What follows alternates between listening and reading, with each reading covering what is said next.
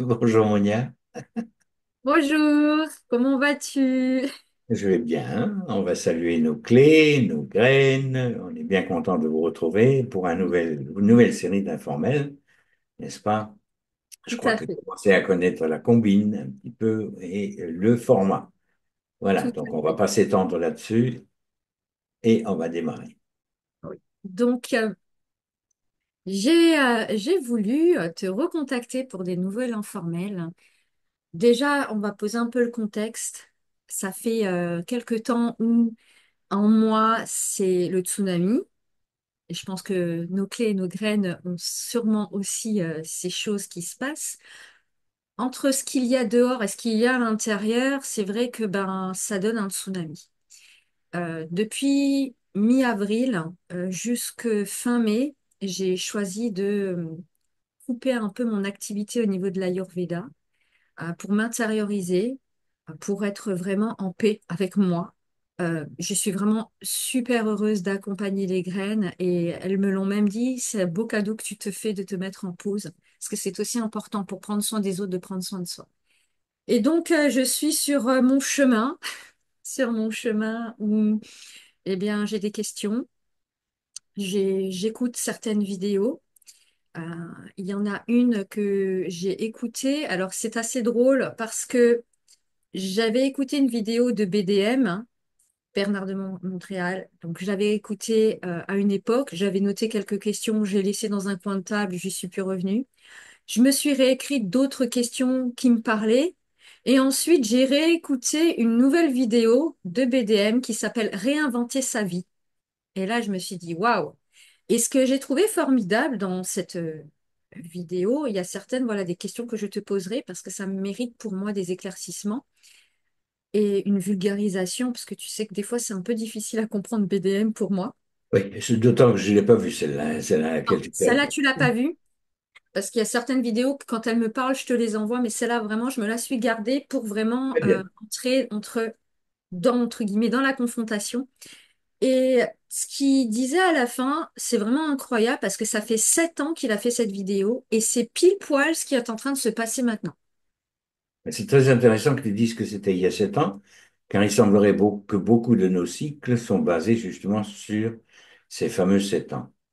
Entre une création, par exemple, d'une entreprise et une entreprise 7 ans plus tard, ou une rencontre dans un couple et 7 ans plus tard, à chaque fois, il semblerait que ce soit un petit peu des étapes, je dirais, l'octave, quoi, de 7 ans, quoi, comme les notes de musique. Voilà. Donc on pourra mettre bah, le lien si certaines clés et graines souhaitent Et- voir cette vidéo, réinventer sa vie. Et de toute façon, il y a certaines questions que je vais te poser. Après, elles pourront avoir ces petits compléments. Mais vraiment, c'est à la fin où là, tu te dis, il est voyant, c'est pas possible, c'est incroyable, c'est BDM. Voilà. Donc, je pense qu'il est bien au-delà du voyant, hein. ah oui, oui, oui, non, mais là, c'est. Moi, je me suis dit, mais c'est ça, j'avais l'impression de l'avoir en face de moi et je parle. Donc, bah, comme dit, j'ai ma petite liste. Je sais pas si on va la voir. Elle est longue, elle est brouillon. Allons-y. Euh, Plutôt au même principe, hein. Et oui, surprends-moi.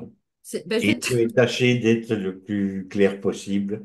De Oui, toute façon, moi aussi j'ai mes filtres, hein, donc ne l'oublions pas.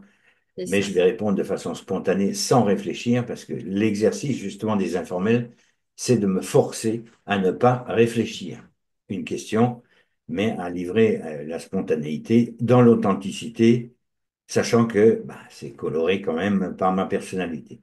Voilà, c'est clair, puisqu'on n'est pas encore ni l'un ni l'autre dans le supramental, et voilà. Sinon, on le saurait, puisqu'on ne penserait plus, hein. Ce serait une liaison directe. Eh bien, justement, alors, avant de commencer un petit peu toutes ces questions plus pointues, tu sais, beaucoup disent que je pars dans tous les sens. Et moi, en fait, je me suis rendu compte que ce n'est pas partir dans tous les sens, mais c'est une pensée arborescente. Tout à fait. Donc, je voudrais un petit peu qu'on discute de la pensée arborescente dans le processus du mental spiralant.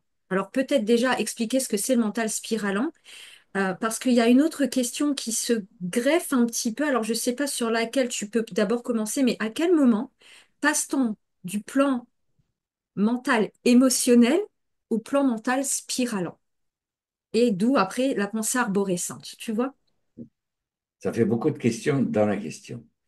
Oui, on va dire que tu as... Moi, ma question, c'est à quel moment passe-t-on du plan mental émotionnel au plan mental spiralant? Et comme j'ai une pensée arborescente et que souvent, bah, en fait, c'est mon questionnement sur moi-même, tu vois? Et de, voilà, la pensée arborescente dans le processus du mental spiralant. Alors, très bien. Euh, Peut-être décrire déjà le mental spiralant. Ah, j'ai alors, voulu là, décrire le mental spiralant, le problème, c'est que comme c'est un mental qui est basé sur la vibration, donc il capte des informations qui sont traduisibles parce qu'on a une bibliothèque physique, émotionnelle, mentale inférieure. Là, on va utiliser le mental cognitif. Tout à l'heure, tu as utilisé le mental émotionnel. Je ne sais pas ce que tu entends par le mental émotionnel, mais le mental basé uniquement sur l'émotion est un mental animal. Il n'est même pas encore mental. C'est-à-dire que c'est la réaction pure et dure, les effets de sidération ou les effets de peur, de fuite ou d'attaque qu'on connaît bien dans les comportements humains aussi, hein, mais qui sont avant tout des comportements humains basés sur le corps émotionnel. C'est ni bien ni mal, c'est tout simplement que la conscientisation, lorsqu'on réagit avec les émotions, ça submerge le corps mental, qui lui est un mental, même si c'est le mental cognitif, donc tu vois, il y a le distinguo entre mental cognitif et émotionnel. Le mental cognitif sert à raisonner une situation, à rester logique. Sauf que quand on est dans l'émotion, chacun d'entre nous, lorsque nous sommes dans l'émotion, on a tendance à submerger le côté raisonnement. Donc on n'entend plus, on n'arrive plus à raisonner, on est simplement dans notre corps animal, quoi, je veux dire. Et là, on redevient, si tu veux, un être extrêmement subjectif. À ce titre, le mental spiralant n'est absolument pas subjectif. Il livre l'information telle qu'elle est. C'est une information lumière, c'est une information vibratoire qui, lorsqu'elle pénètre à l'intérieur de nos corps, donc le fameux mental, de corps mental, hein, qui est là, je le subdivise, mais c'est artificiellement subdivisé. Ils sont intriqués l'un dans l'autre.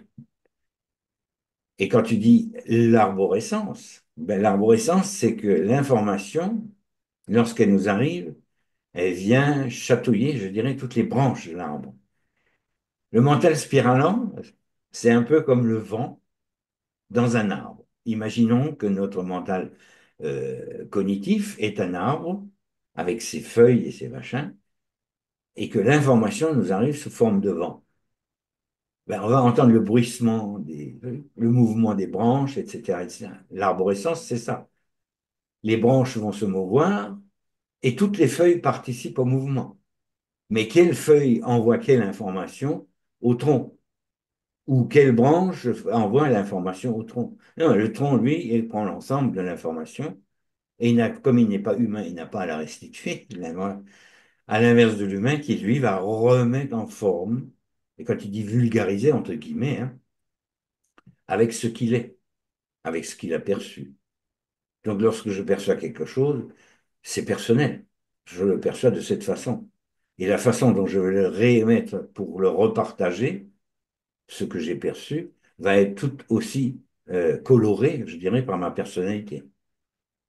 Et tout le but de nos démarches, c'est de devenir de moins en moins sujet à la personnalité et de rentrer dans la personne. Auquel cas, nous nous mettrions directement en relation avec la personne, l'esprit de notre interlocuteur ou notre interlocutrice. Et à ce moment-là, c'est vibratoirement que ça passe. Alors, ça passe déjà vibratoirement, si tu veux. Ce qui est un peu gênant lorsqu'on n'est pas encore dans le supramental, c'est que c'est un peu teinté, je dirais, de nos restes d'émotions, de nos restes de mental cognitif, etc., etc. Et là, quand je te parle, je parle. C'est ce que le fameux parler que disait Bernard de Montréal et que je n'avais pas compris pendant très longtemps qu'est-ce qu'il entendait par parler. En fait, parler, c'est sortir des mots qui ont un sens pour celui qui reçoit et on s'instruit en même temps qu'on parle. En fait, on s'écoute nous-mêmes parler, mais pas égoïquement. On s'écoute parler pour s'instruire, parce que on ne laisse plus passer le mental cognitif, réflectif. On laisse passer que le mental spiralant, vibratoire. Donc en fait, c'est quand on se réécoute nous-mêmes, des fois, qu'on écoute une vidéo, qu'on se réinstruit. Ah, j'ai dit ça. La meilleure preuve, c'est que, ah bon, j'ai fini ma phrase, je ne sais pas ce que c'est. Ça, c'est le meilleur moyen. Donc, effectivement, ton mental arborescent, comme tu dis, devrait te rassurer. Alors, il n'est pas agréable. Il n'est pas agréable parce que notre ego n'a pas l'habitude, je dirais, de traiter l'information de cette façon-là, de façon instantanée, puisqu'on nous a appris à raisonner. Hmm. Pas à raisonner, à raisonner. La Mm. raison. On en a besoin aussi dans la 3D, de la raison. Ça nous permet des matérialisations euh, plus pratico-pratiques, on va dire. Mais ce n'est pas parce que... Mais les idées, les concepts et tout ça, c'est des inductions. Même un ingénieur, quand il a une idée, ou même un physicien, ah tiens, hop, il a capté quelque chose qui est du domaine de l'universel. Mais qui c'est qui capte? Le cerveau droit. Il capte. Il fait rien d'autre que capter. C'est pas lui qui produit la pensée. Et quand tu parles d'arborescence, c'est une manière de capter. L'autre manière de capter est différente. Voilà. Une différence entre une pensée arborescente et une pensée alors qui n'est pas arborescente? En fait, je dirais que c'est la même chose, mais c'est le logiciel qui va la traiter qui est différent.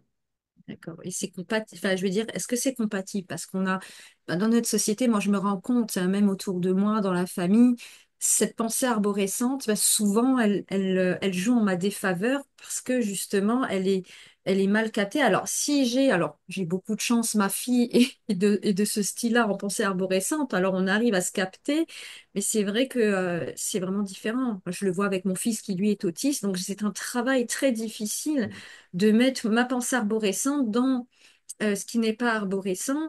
Et aussi, alors quand tu m'as parlé de cet arbre qui faisait tintiller les feuilles, j'avais vraiment, tu sais, cette connexion intra-terre où tu as toutes ces racines qui se connectent.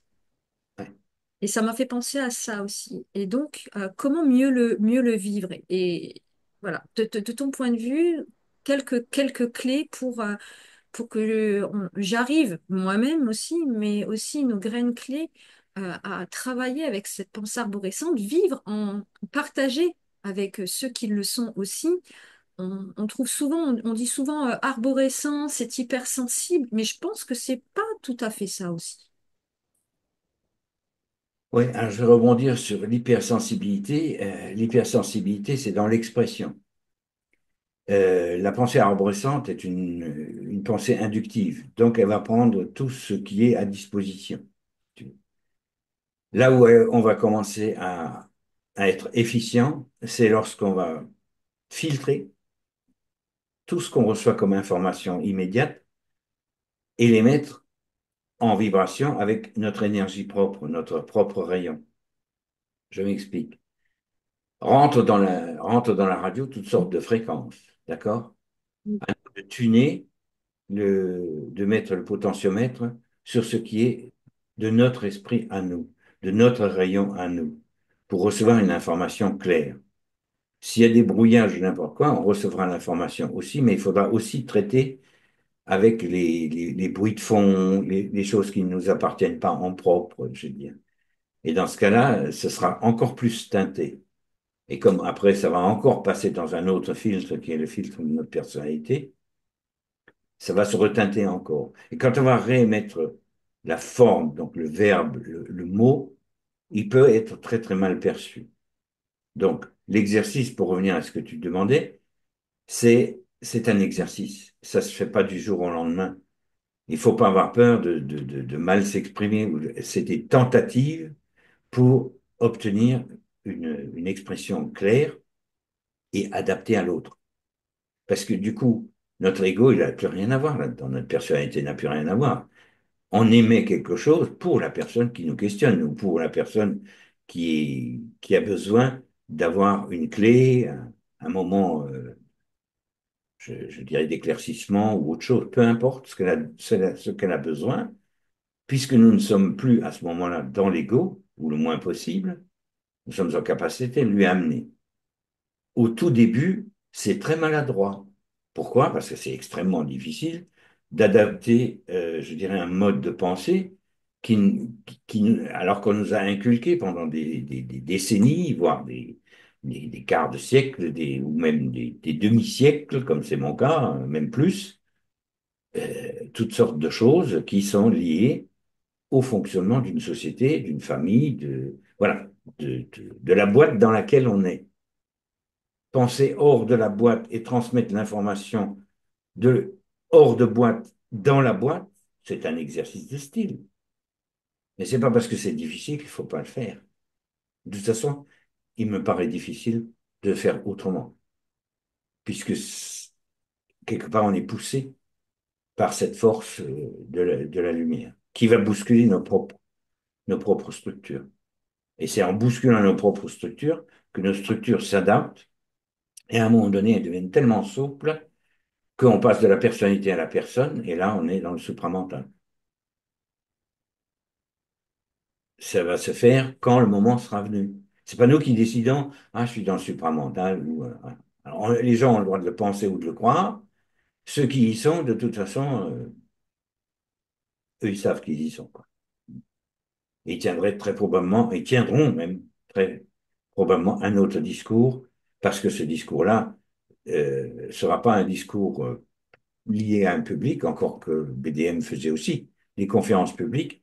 Et tu as remarqué que BDM, lorsqu'il faisait une conférence publique, n'utilisait pas le même langage que lorsqu'il était dans des mini-rencontres, Tout à fait. dans des séminaires. Pourquoi? Ben parce que tout simplement, n'ayant pas de personnalité, sa personne s'adapte, je dirais, à la vibration moyenne du groupe. Donc l'idée, c'est vraiment on va donc quand on tend vers le mental spiralant, c'est de capter en fait l'adaptation Ouais, vis-à-vis des autres pour en fait mieux s'intégrer. On se comprend quand je dis s'intégrer à notre nouvelle vie. tout à fait. Lorsque tu dis la vibration, elle est universelle. Elle n'a ni polarité, elle est totalement neutre. Donc c'est bel et bien l'apprentissage de la forme qu'on va lui donner, de façon à ce que cette forme soit le plus efficiente possible lorsqu'on transmet un message. D'accord? C'est un exercice, hein. Tu es en plein dedans, hein. Tu sais très bien que c'est loin d'être opérationnel ou efficient comme on aimerait bien que ce soit.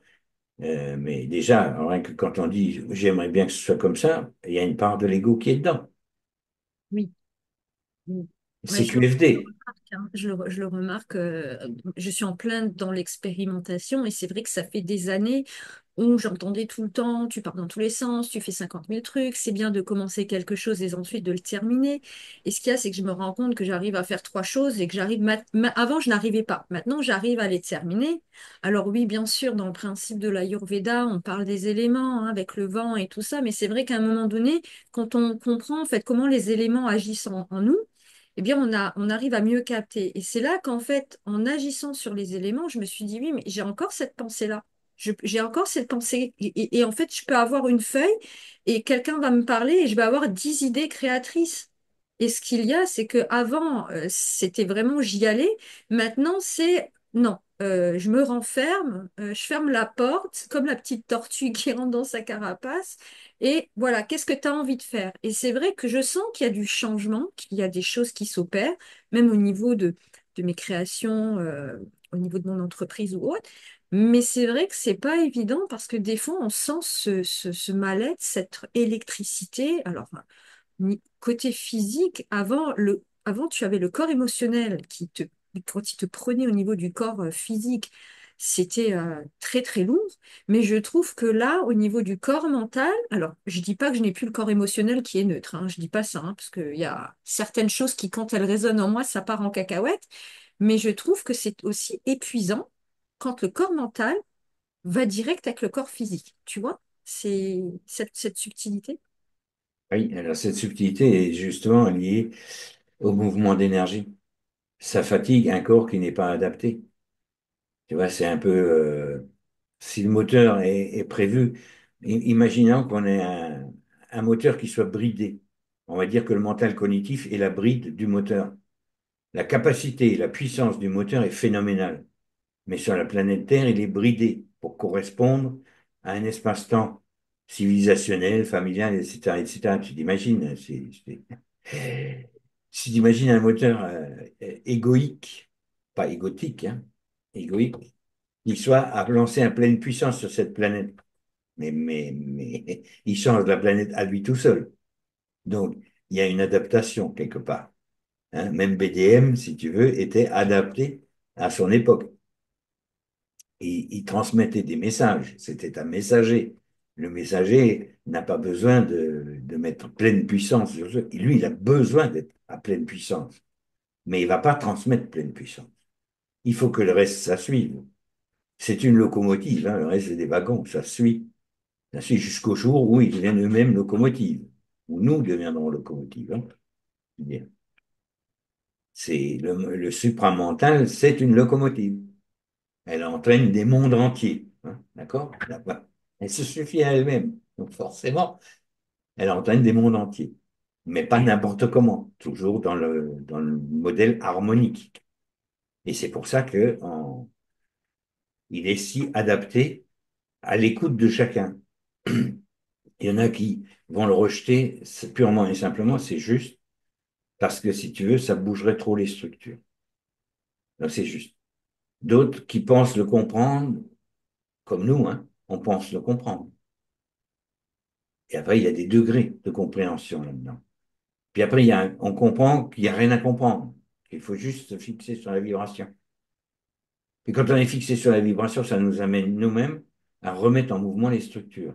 Parce que son but à lui, c'était justement d'être la pile qui remet tout ce qui est autour en mouvement. Mm. Mais c'est pas, ça ne lui coûte pas d'énergie, puisque c'est l'énergie universelle qui transfère. Par contre, ça suscite notre propre énergie universelle à l'intérieur de nous. Et c'est cette connexion-là qui peut se faire. Alors, elle est plus ou moins puissante, plus ou moins efficiente. Et au début, ben, comme tu le disais, hein, c'est un apprentissage. On n'a pas l'habitude d'appuyer sur la pédale et d'avoir le moteur qui fout le camp, alors que, on a juste effleuré un petit peu la pédale. Ça s'adapte après. Hein. Après, on a le pied un peu plus léger sur la pédale. Et il y a une petite question comme ça qui me traverse, qui n'est pas du tout sur la feuille. Mais quand tu as parlé d'écoute, est-ce que ça peut, donc, lorsqu'on est dans ce processus de fusion, donc on passe avec le mental spiralant, arriver des fois où quelqu'un nous parle, il dit, mais tu ne m'écoutes pas, mais en fait, tu l'as écouté, mais ce que tu vas dire ou ce qu'il en est, lui ou elle ne va pas le comprendre et donc va te dire, mais tu n'écoutes pas. C'est exactement ce qui arrive la plupart du temps. Surtout quand on a affaire à des auditifs, beaucoup moins quand on a affaire à des visuels ou des kinésiques. C'est surtout les personnes qui ont une tendance à l'auditif, tu vois. Ah oui, ben ça, je... Lorsque j'ai remarqué une chose, c'est que lorsque une personne auditive qui a une prépondérance auditive, je dirais, tu ne la regardes pas fixement, elle s'imagine que tu l'écoutes pas. Elle n'arrive pas à comprendre que tu puisses faire autre chose tout en étant à l'écoute. Bon, ceci étant posé, on peut aussi se poser et être dans l'écoute active. Ça pose pas de problème. La compréhension, par contre, ça appartient à la personne qui reçoit. Et quand elle dit tu ne m'écoutes pas, le simple fait de lui dire si, si, je t'écoute ne va pas suffire. Ça va pas suffire. Il va falloir qu'on se pose et l'écouter parce que probablement qu'on a affaire à une personne qui est plus tendance auditive. Après, il y a des gens qui partent du principe qu'on ne les écoute pas euh, parce que le temps où nous, on les a déjà compris, leur paraît trop court. En fait, on les a tellement écoutés qu'ils n'ont même pas besoin de finir la phrase, on a déjà capté l'essence. Donc, il faut revenir à un moment donné avec ces personnes-là au sens Mm. propre du terme, c'est-à-dire à l'écoute. Hein, ok, je t'écoute, je suis en écoute, même si j'ai déjà compris les tenants et les aboutissants de ce que tu me dis, quoi. À nous de ralentir, si tu veux, et effectivement de se poser. Oui. Voilà, j'espère avoir répondu à ta question, parce que Ah c'est oui, tellement complexe, si tu veux, ah que oui, non, mais c'est vraiment relié parce que cette pensée arborescente, et c'est vrai que maintenant je me rends compte de plus en plus où ça m'arrive, on me dit, tu me laisses pas terminer. Mais c'est comme si j'entendais ce qu'on allait me dire. Alors, des fois, j'entends, ah ben, c'est pas ce que je voulais te dire. Alors, est-ce que c'est l'ego qui me dit, là, que c'est la personne qui, avec son ego, qui dit, ah ben non, c'est pas ce que je voulais dire, ou, tu vois, où c'est vraiment ça, c'est très complexe. Et c'est pour ça que ce côté se poser, c'est quelque chose où, quand tu as la pensée arborescente, c'est très difficile. Parce que pensée arborescente, je le sens aussi même au niveau, bah, comme tu dis, il y a des gens qui savent écouter, qui voient, qui sont très kinesthésistes. Et c'est vrai que moi, le seul, on va dire, où j'ai plus peut-être de failles, mais vraiment c'est au niveau familial, c'est avec l'écoute. Autant parce que moi au début je me suis dit non, c'est pas possible, tu ne sais pas écouter, tu n'arrives pas à écouter, tout ça. Et en fait je me suis rendu compte au fur et à mesure de mon activité que si, c'est vrai. Mais avec ceux de ma famille, c'est comme si j'entendais, il commence une phrase, je la terminais, ou et c'est comme s'il y avait une connexion. Et c'est là en fait où je me rends compte que ça me pose beaucoup plus de problèmes. oui, alors justement, il semblerait que la plupart d'entre nous qui sommes en démarche rencontrent ce genre de problème. Pourquoi? Parce qu'on va trop vite. On va trop vite. Si tu veux, quelque chose qui nous est naturel à nous, ne semble pas naturel ou ne peut pas être perçu comme naturel par quelqu'un qui n'a pas la même vitesse. Ben, la vitesse, c'est une histoire de rythme, c'est une histoire de vibration. Quand tu regardes bien un arc-en-ciel, la fréquence vibratoire du rouge n'est pas la même que celle du violet, pour prendre les deux extrêmes. Mais pourtant, ça fait un arc-en-ciel. Alors à nous de nous positionner et puis de laisser le temps d'infuser, etc., etc. Se dire qui peut le plus, peut le moins. L'inverse n'est pas vrai. Donc, c'est pas une histoire de hiérarchie. Je veux dire, là, en l'occurrence, c'est une hiérarchie vibratoire. Hein. Je pense pas que le violet se sente moins bien dans l'arc-en-ciel que le rouge. Ils sont effectivement en harmonie puisque c'est une diffraction de la lumière, un prisme, d'accord? Mais c'est la lumière une. On est quelque part dans la lumière une. Mais avant d'arriver à ce stade-là, il va encore, à mon avis, y avoir quelques expériences, quelques ajustements à traverser en ce qui nous concerne. Et puis à un moment donné, ça nous paraîtra tellement naturel de s'adapter à l'autre, puisqu'on n'aura plus de personnalité du tout, qu'on n'aura plus de pensée du tout, que toutes les questions qu'on est en train de se poser à l'heure actuelle n'auront plus aucun sens non plus. Mm. Alors qu'elles ont un sens ici, dans cet espace-temps. Elles ont beaucoup de sens même, Oui. puisque ça nous permet justement de poser le sujet, de poser le problème. Un problème qui n'en est pas un, puisque quelque part, c'est une évolution de la maîtrise des vibrations qui nous traverse. Et quand tu disais, je me rappelle plus ce que tu disais, j'ai dû dévier un petit peu là. Non, ça va, ça n'empêche parce que je parlais de la kinesthésie, de l'écoute, du Voilà. visuel. Et tu vois bien que l'interprétation de ces vibrations prend une forme différente suivant comment on est constitué. Quel est notre parcours propre, quel est le milieu dans lequel on a baigné, etc., etc. C'est pour ça qu'il y a des fois des incompréhensions qui sont absolument presque irrésolvables, je dirais, parce que ben, les milieux ne sont pas les mêmes, la vitesse de pensée n'est pas la même, mais c'est pas une raison pour ne pas tenter de le faire. Oui, alors tu vois, bon, c'est des fonctionnements différents. C'est pas parce que c'est des fonctionnements. Au contraire, c'est ce qui fait la richesse. C'est ce qui fait la richesse et c'est ce qui va nous pousser à devenir impersonnel. Hmm. Ce qui est formidable, c'est que moi, avec l'Ayurveda, j'ai pu commencer à comprendre et même comprendre un petit peu plus, intégrer ces éléments en moi. Et donc là, avec la science du mental, on a cette possibilité d'intégrer nos différentes particularités, hein, ceux qui sont kinesthésistes, ceux qui voient plus, créatifs, gustatifs. Et ça, en fait, ça nous permet vraiment d'aller l'approfondir et finalement d'apprendre encore à mieux se connaître. Tout à fait. Et là, en fait, tu parles du module 2, qui lui est beaucoup plus basé sur justement le mental cognitif. Donc, le mental cognitif est intégré dans le corps mental global, quoi, je veux dire. On ne parle pas que du mental spiralant, puisque le mental spiralant, c'est plus vibratoire. Par contre, le mental spiralant te permet d'ouvrir des pistes qui, outre le fait qu'elles soient créatives, sont également universelles. Et comme elles sont universelles, elles sont harmoniques, elles sont cohérentes. Et c'est pour ça aussi que le décalage est de plus en plus grand et qu'on souffre du manque de cohérence de notre société, et y compris dans nos propres familles. Pourquoi? Ben parce qu'à un moment donné, il y a un décalage qui se crée. On rentre quand même dans une phase un peu copernicienne, je dirais, hein, de l'histoire de l'humanité. Et on est encore beaucoup dans le rondiste en ce moment, ou le normiste, si tu préfères. Mais bon, ça fait partie du jeu, je dirais, du passage de l'involution à l'évolution. Ça en fait partie. Ça en fait partie. C'est très éprouvant. Et puis là, comme ces idiots s'adressent plus à des clés et à des starseeds, euh, ben, c'est un chemin qui est éprouvant. Mais c'est un chemin qu'on ne fait pas seul. On ne fait pas seul. S'il y a des accompagnements, c'est pas pour le fun. C'est effectivement pratico-pratique, hein, que ce soit les tiens ou les nôtres. C'est justement pour donner des bases de cohérence.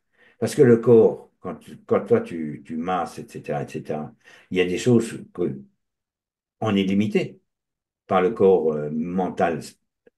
S'il y a eu des dégâts sur le corps physique ou sur les parties de notre propre physique, ben, si tu n'es pas là, ben, c'est pas le corps mental qui va les réparer. C'est pour ça que nous aussi, ben, on se met en pause pour Voilà, aussi tout à fait. se mettre à niveau, recaler cette vibration dans le point zéro, parce que c'est vrai que des fois, ben, on le sent. Souvent, on nous demande est-ce que c'est votre énergie, est-ce que vous n'êtes pas fatigué? Alors, je réponds, je ne suis pas fatiguée. Par contre, ce que j'ai remarqué, c'est que autant pendant et après, ça va, mais par contre, le soir, je me couche plus tôt, comme si mon corps me disait out, vas-y, va te coucher. Alors, il y a effectivement cette fatigue lorsqu'on est en interaction. Au contraire, on se recharge, puisqu'on n'est plus dans le mode parasitaire, je pompe, etc., etc. Que ce soit avec nos clés ou nos graines, ça nous recharge. Ça ne nous coûte pas d'énergie, on se fait vibrer nous-mêmes et du coup, on fait profiter effectivement de cette vibration, de cette ambiance à l'autre. Donc, ça, c'est effectivement dans le partage absolu et total. Donc, c'est pas ça qui nous coûte de l'énergie. Par contre, effectivement, lorsqu'il y a une descente vibratoire, tu sais comme moi, que les fatigues peuvent être colossales. Parce Oui, qu'il faut que notre structure physique, émotionnelle, absorbe cette descente, ce que moi j'appelle le téléchargement. Ouf, il faut adapter le logiciel et changer quelques pièces sur la carte mère, hein. ouais. Et c'est ça qui est pas évident parce qu'au début, tu sais pas. Moi, c'est ce qui m'est arrivé là, mars à début avril, où en fait, je me suis rendu compte que c'était fin de journée. Pourtant, j'étais super, c'était bien, c'était nickel, je me sentais rechargée. Et d'un seul coup, vlan, comme s'il y avait une nouvelle fonction qui arrivait, mais que j'étais pas dans cette capacité de rester réveillée et de me dire non, non, mais là, il faut que j'aille me coucher. Et je savais pas ce qui m'arrivait. Alors, justement, ce qui arrive à ce moment-là, à force de le vivre, hein, les uns après les autres, les explications viennent après coup, comme d'habitude. Mais bon, on traverse la chose et après on a l'explication. C'est comme ça que fonctionne l'esprit, en fait. Donc, il semblerait que l'esprit décroche la biologie pour pouvoir œuvrer correctement sur les structures profondes. Ça va être, petit à petit, ça va être acquis, hein, après la période des grandes fatigues, ça ne veut pas dire qu'il n'y en aura pas encore, mais après les périodes des grandes fatigues, tu acquiers la, je dirais, la méthodologie de l'esprit pour faire bouger tes structures. Et du coup, comme tu mets plus d'énergie dessus pour y résister, Mm. eh ben, ça passe comme une lettre à la poste. Tu traverses quand même.